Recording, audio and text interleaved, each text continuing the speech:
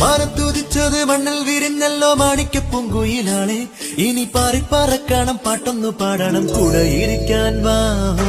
എത്താ കൊമ്പില്ല ഇനിയും വിട്ടാൽ വീഴില്ല ഇട്ടാ പൂവില്ല തീയും തൊട്ടാ കൊള്ളില്ല